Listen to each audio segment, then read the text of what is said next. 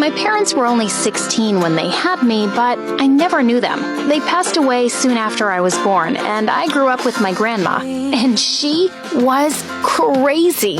Grandma had wild parties and concert-like shows in her house with all her girlfriends, and she even had a mini pool. Look at me, I'm a mermaid. I can fly. Well, she couldn't, but it was fun to watch her and laugh. Once when I was 3, my preschool teacher called my granny and told her that I might have some speech problems. Granny got mad and came running like a cheetah. She barged in and attacked my teacher. How can you say that my grandchild is dumb, you moron? She is perfect, just like me. All the kids were crying and screaming. I got scared and peed my pants. Some teachers came and pulled her away. Grandma then decided to enroll me in a different school. She was only 40, but she behaved like she was 20. When I was 4, my world turned upside down one day. Grandma was freaking pregnant. A few months passed and Grandma gave birth to a baby girl, Emma. But she was a devilish child. She would crawl around the house stealing my stuff and then throw it all into the toilet. Emma! Once when she was 4, I saw Emma trashing all my favorite clothes with scissors. Oh my God, Emma! What are you doing? That's my favorite dress. I know, it's the best one you have. Next time, I will cut it while you are wearing it. So maybe I can cut your arm too. Oh, just look at her, Sarah. How could you get mad at her cuteness? Cuteness? This was craziness. And it was killing me. Once when she was 5, she set the living room on fire and called the police herself. Luckily, I came on time and was able to put out the fire before any harm was done. When the police officer arrived, Emma started yelling, "It's Sarah! She wanted to kill me!" The cop looked at me and nodded. It's okay. We deal with kids like her. Don't worry. We're not arresting you. As the cop was leaving without me, Emma ran to him and bit his leg really hard.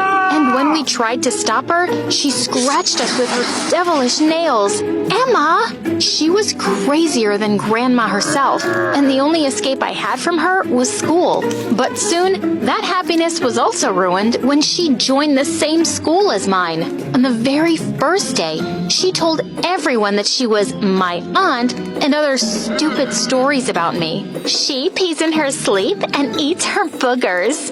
Emma, stop it. How dare you? Oh, someone, please save me. She's gonna kill me. She's really mean to me at home, too. Oh my God, what a drama queen she was. Fake acting and false rumors. Everyone at school thought I was the bad guy. One time in the 7th grade, I was playing basketball on the court when she came and insisted she'd play too. You're too young for this, Emma. You're too young for this, Emma. Ugh, stop it. Oh, stop it. Fine, but be careful. I let her play because I didn't want her to create another scene in front of everyone. But God, she was actually good at this. Within seconds, the other team was losing so badly. But suddenly, I saw Emma fall to the ground and she screamed in pain. I can't move my legs.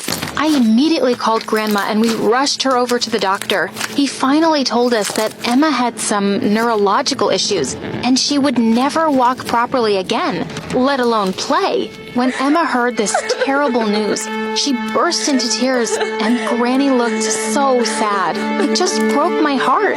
We had to get her a wheelchair and suddenly everything changed. Grandma stopped her wild parties and stayed at home as much as possible. I started sleeping in Emma's room so that I could help her. One night when I saw her struggling to go to the bathroom, I ran to pick her up, but she slapped me really hard. I can go to the bathroom myself. I don't need you. Whoa, that was totally uncalled for. But I let her go on her own.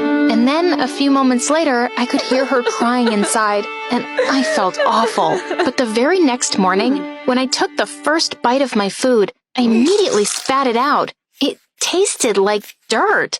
I looked at Emma, and she had this wicked smile on her face. "What's this? What did you put in this, Emma?" She stuck her tongue out at me and then took the bowl of soup and poured it all over her head. Then she ran to Granny in her wheelchair. Mom, look, Sarah did this to me, and she says I'm a burden on this earth. Sarah, I can't believe you're being this terrible to your own aunt. You should be ashamed of yourself. But I didn't do anything. So, you mean she poured soup over herself?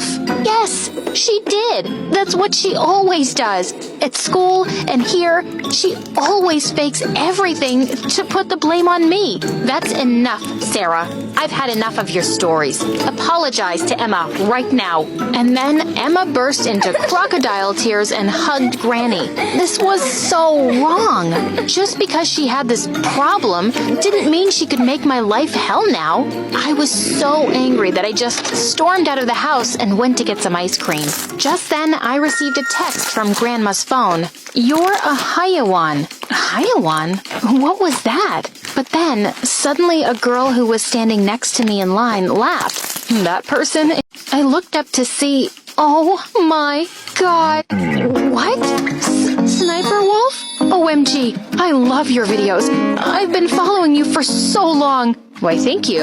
But that person you're texting, is she an Arab? No, that's just my little sister. Wait, you're from Iraq, aren't you? You don't look Arab, though. Oh, let me go get some milk and my camel and invite you to my tent. Then you might believe me. Oh, sorry, that's not what I meant. You're so funny, Leah, and such a queen. Yes. And let me tell you, that word, Hayawan, that's Arabic, and it means animal. What? Grandma thought I was an animal? I felt so upset. But then Sniper Wolf saw right through me and hugged me. She asked me what happened, and I told her all about it. It's okay to be sad and feel this way, but I can tell that you're really strong. Just believe in yourself and be kind to others. That's all that matters. Oh, she's the sweetest. I loved Sniper Wolf even more now. And I made sure to follow her advice. A few days later, I walked into the school backyard, and to my shock, I saw a bunch of senior kids messing around with Emma. They were running around in circles with her lunch. Catch me if you can.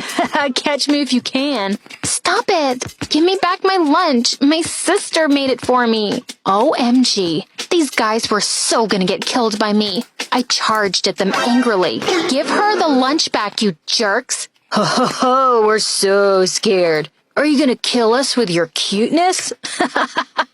We just wanted to ride our chair for a bit. What's wrong with sharing? This was it. I kicked him hard in his leg and he fell to the ground. Now you can ride one for real. Leave before I kick all of your butts. As they ran off, I turned to Emma and she almost had tears in her eyes. She whispered a thank you to me, and then I took her home. She didn't say a word the entire way, but I felt so terrible for not knowing earlier what she'd been going through. After that, I made sure to look after her all the time. I also started playing basketball again. Emma loved it so much, and I wanted to make her proud of me. At the final basketball match for the national selection, I invited both Emma and Granny to come watch me. While I was changing in the dressing room, someone locked me in there. I kept screaming and shouting, but no one opened the freaking door. Hours later, the door opened, and I was shocked to see Emma there. Oh my God, Emma, I didn't know who locked me in here. I missed everything, didn't I? Yeah, you did. And I locked you in. I stared at her in complete shock. You? But why? Are you crazy? Why would you do that? Because I just hate Hayawan. Hayawan? OMG. It was you, wasn't it? You texted me that word from Granny's phone. So what if I did? It fits you perfectly. What did I ever do to you, Emma? Why are you doing this to me? You're like my sister. No, I'm not. I'm just your child aunt that you're so ashamed of. You have this perfect life where you have everything, and me, I'm just a kid with no talent and no walking legs. I can't even play basketball that I love so much. so I won't let you play either. I can't believe you'd do something so terrible to me.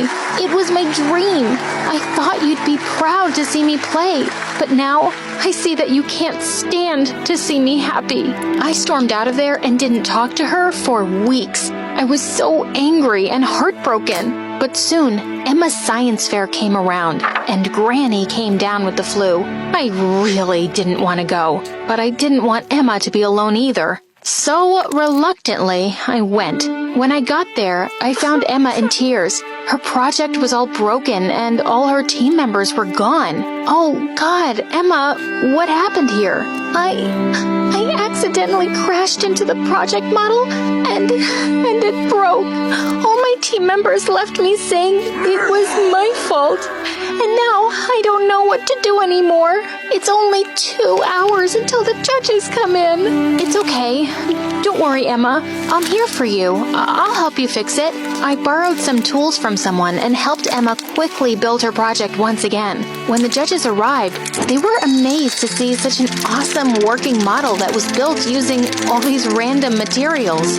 I shrieked in delight when they announced the winner. It was Emma, and she rolled onto the stage to receive the award. She then went ahead to speak on the microphone, and I teared up when she called out my name. I'm so grateful to Sarah, my sister, who helped me build this awesome project today. She's an amazing person who's always ready to catch me when I fall. But I've done some